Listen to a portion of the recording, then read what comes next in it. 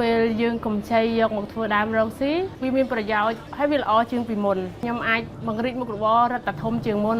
និយាយទៅគឺជាតកែខ្លួនឯងយើងសប្បាយចិត្តជាងមុន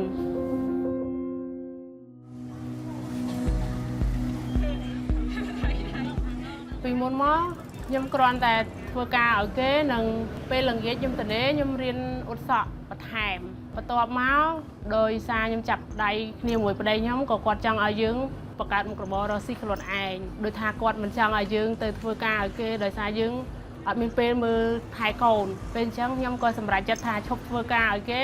បើកមុខរបរខ្លួនឯងពេលខ្ញុំមកដល់នៅហ្នឹងខ្ញុំបើកទាំង3អាជីវកម្មហ្នឹងដោយសារតាពីមុនឡើយខ្ញុំទៅលក់នៅភ្នំពេញដែរតែដូចថាសម័យកូវីដអញ្ចឹងណាយើងក៏មកនៅស្រុកមកមើលឃើញនៅរោងចក្រនៅស្រុកក៏មើលទៅតំណងថាយើងអាចរកស៊ីបានអាចនៅផ្ទះមើលថែទាំងកូនបានទាំងរកស៊ីអញ្ចឹងខ្ញុំក៏សម្រេចចិត្តពីអ្នកប្តីប្រពន្ធទៅដាក់ពាក្យកម្ចីដើម្បីបង្កើតមុខរបររកស៊ីបងឡើយគឺខ្ញុំបើកតែមួយគឺតែតម្រូវការគឺលក់បាយអញ្ចឹងតែយើងមានជំនាញនៅក្នុងស្រាប់ហើយតែគ្រាន់តែយើងជួទៅពេលអត់បានអញ្ចឹងដល់ពេលហើយយើងជួនៅក្រៅនេះទេតែយើងលក់បាយបានតែមួយទេបាទបន្ទាប់មកចេះលក់ទៅមានតូបគេចេញទៅ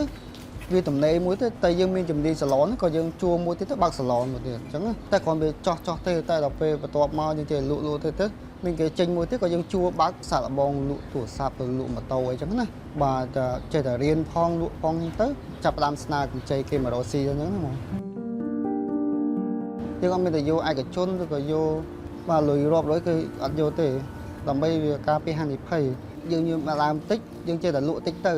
សំនេះដាក់នោះសំនេះដាក់នោះទៅក៏បង្កើតពីយូរទៅវាចេះរីកទេណាកម្ចីផ្លូវការហ្នឹងគឺប្រយោជន៍ច្រើនបាទទីមួយយើងខ្វះដើមរកស៊ីគឺយើងអាចទៅខ្ចីប្រកបបានអញ្ចឹងណាបាទ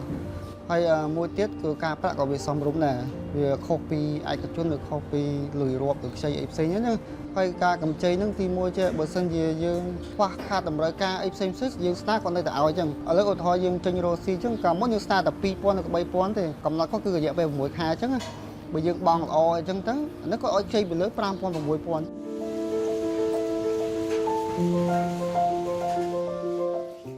ងៃខ្ញុំរកអតិថិជនបានបើសរុបទាំងចានទាំងខ្ចប់វាអាចបាន100នាក់អីហ្នឹងពេលព្រឹកនិយាយទៅនៅរោងចក្រនេះវារៀងតិចដែរពេលអញ្ចឹងអាចថាបានពេលថ្ងៃ100នាក់ជាងឬក៏តិចជាងហ្នឹងហើយខ្លះឥឡូវហ្នឹងយើងក៏អាចឲ្យប្តីរៀនជំនាញបាននឹងយើងអាចឲ្យកូនទៅរៀនសាលាល្អមកដល់ពេលនេះជីវភាពខ្ញុំគឺវាប្រសើរជាងមុនឆ្ងាយហើយកាលមុនយើងធ្លាប់ធ្វើការឲ្យគេពេលបើតែបើកមួយខែមកវាអស់មួយខែតែយើងអត់ជាប់បំណុលគេទេបាទហើយក៏យើងអត់តន់សល់អីដែរតែពេលយើងចេញរកស៊ី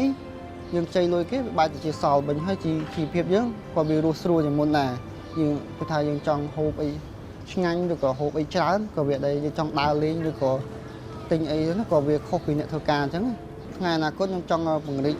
ឲ្យវាធំយ៉ាងនេះអញ្ចឹងបាទហើយឲ្យវារឹងមាំយ៉ាងនេះព្រោះតើតើនឹងអ្នកកាន់លុយមីក្រូសាហ្នឹងយកទៅតែចេះបែងចែកឲ្យច្បាស់លាស់អញ្ចឹងទីមួយបែងចែកទៅលើបំណុលតែយើងចាប់ពាក់អីគេខ្លះហើយយើងបើសិនជាយើងមានបំណុលហើយយើងក៏មិនគួរយកបំណុលថ្មីយកមកដាក់ថែមទៅលើដែរ